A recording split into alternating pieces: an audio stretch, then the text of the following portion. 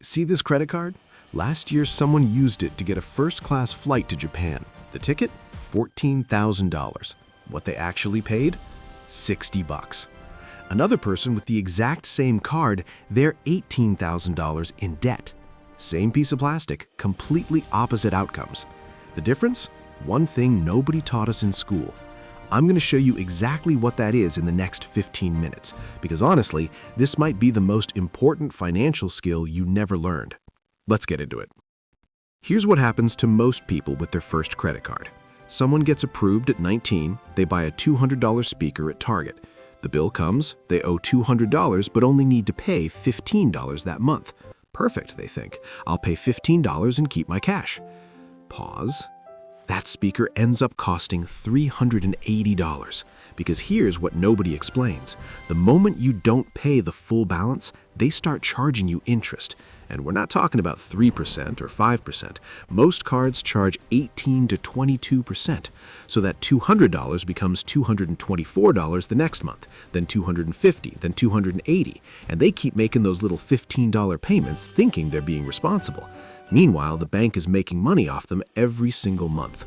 And here's the thing, they actually tell you this. It's right there in the cardholder agreement, but they know most people won't read it. So here's the first real thing you need to understand. When you use a credit card, you're borrowing money. That's all it is. The bank pays for your purchase, and now you owe them.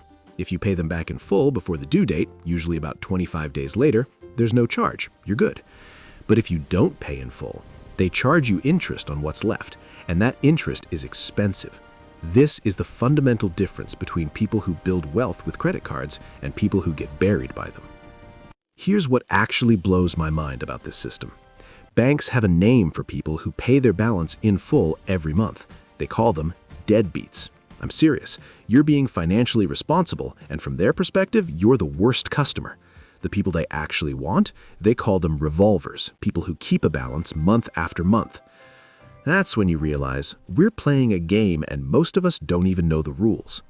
Want to know how profitable this is? One credit card bank made more profit last year than McDonald's. Think about that. More money from plastic cards than from billions of burgers worldwide. That's how good they are at this game. Right now, Americans owe over $1.2 trillion in credit card debt, and banks are charging 20 to 30% interest on that. But here's how they make money even from people who pay in full. Every time you swipe your card, the store pays the bank about 2 to 3% of your purchase. The bank takes a slice of that and gives it back to you as rewards, cashback, points, miles. Why would they do this? Because they've figured out something clever. When people get rewards, they spend more. You see that 2% cash back, it feels like a discount, so you buy more stuff, more often, higher amounts. Studies show that even responsible customers who pay in full every month tend to spend more when they have a rewards card. So the bank wins either way. You carry a balance, they make a lot from interest. You don't, they still profit from you spending more. But here's what matters for you. If you understand how this system works, you can actually flip it to your advantage. You can get the rewards without paying the interest. You can build credit without going into debt. You can make the system work for you instead of against you. Okay, quick reality check. Are you still with me? Your credit score is a 3-digit number that can cost or save you hundreds of thousands of dollars. Here's what I mean. Show a graphic. Two people buy the same $300,000 house. Person A, 850 credit score, 6% rate, equals $1,800 a month. Person B, 650 credit score, and 8% rate equals $2,200 a month. Over 30 years, person B pays $144,000 more. Same house, same down payment. The only difference, their credit score. So, how do you get a good score? Two things matter most. 1, pay on time every time. This is 35% of your score. 2, use less than 30% of your credit limit. This is 30% of your score. Quick tip, if you have a $1,000 limit, never let your balance go above $300, even if you're paying it off. That one rule will keep your score healthy. Those two things are 65% of your entire score. Master them, and you're ahead of most people. Quick reference, your score ranges from 300 to 850. Below 580, you're going to struggle.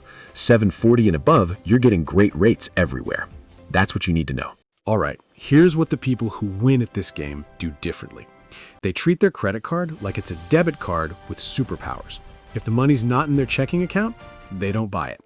But unlike a debit card, they get 2 to 4% back on everything, free travel, purchase protection, build their credit score.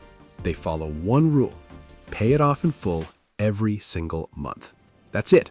That one rule eliminates all the interest charges that bury people. Most smart users set up autopay for the full statement balance. It just happens automatically. They never even think about it. Second thing, they keep their credit utilization low. Here's an example. Someone with $30,000 in total credit limits only uses about $2,000 to $3,000 per month. That keeps utilization under 10%. Here's where this gets interesting. What matters isn't when you pay, it's when your statement closes. That's when your balance gets reported to the credit bureaus. So strategic users pay their cards down before the statement closing date. Makes a huge difference to credit scores. Get more enthusiastic. Third, they use different cards for different purchases to maximize rewards. One card gives 4% back on groceries, another gives 3% on restaurants, another gives travel points. Groceries go on the grocery card, restaurants on the dining card, travel on the travel card. People who do this strategically can earn $1,000 to $2,000 in cash back per year, just from using the right cards for purchases they were making anyway. And here's the crazy part. There are people flying first class to Japan for 80,000 points plus $60 in fees, tickets that normally cost $14,000. They didn't change their spending habits. They didn't buy anything extra. They just put their normal expenses on the right cards and paid them off in full every month. That's the whole strategy. It's not complicated once you understand it. So, if you're watching this thinking, okay, but I have no credit history or my credit's already damaged, don't worry. Everyone starts somewhere. If you're brand new or rebuilding, start with a secured credit card. You put down a deposit, usually $200 or $500, and that becomes your credit limit. Yes, it feels weird to give them your money to borrow your money, but that's how the system works when you're building trust. Use it for small, regular purchases. Gas, groceries, whatever you're buying anyway. Pay it off in full every month. After 6 to 12 months of responsible use, most banks will upgrade you to a regular unsecured card and return your deposit.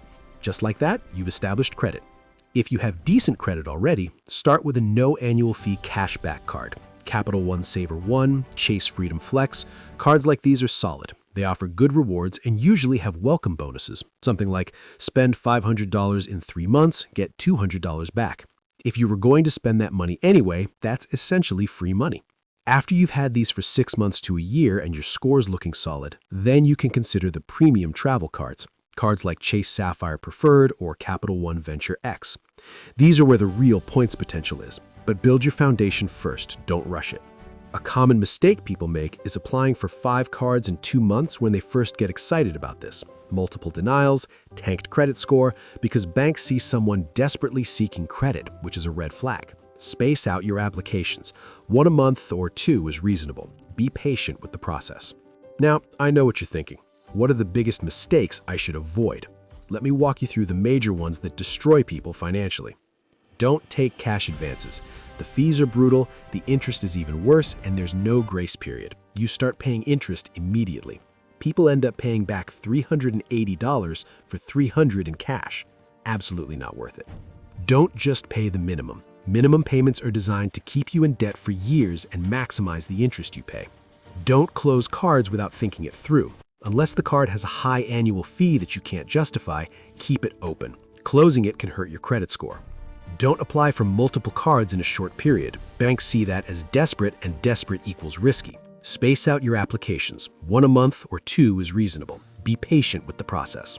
And look, if you've already made some of these mistakes, that's okay. Millions of people have. The goal isn't perfection. The goal is learning the system and making better decisions going forward. So here's the bottom line. Credit cards aren't your enemy, and they're not your savior. They're a tool. A powerful tool that can either build your financial life or damage it depending entirely on how you use it.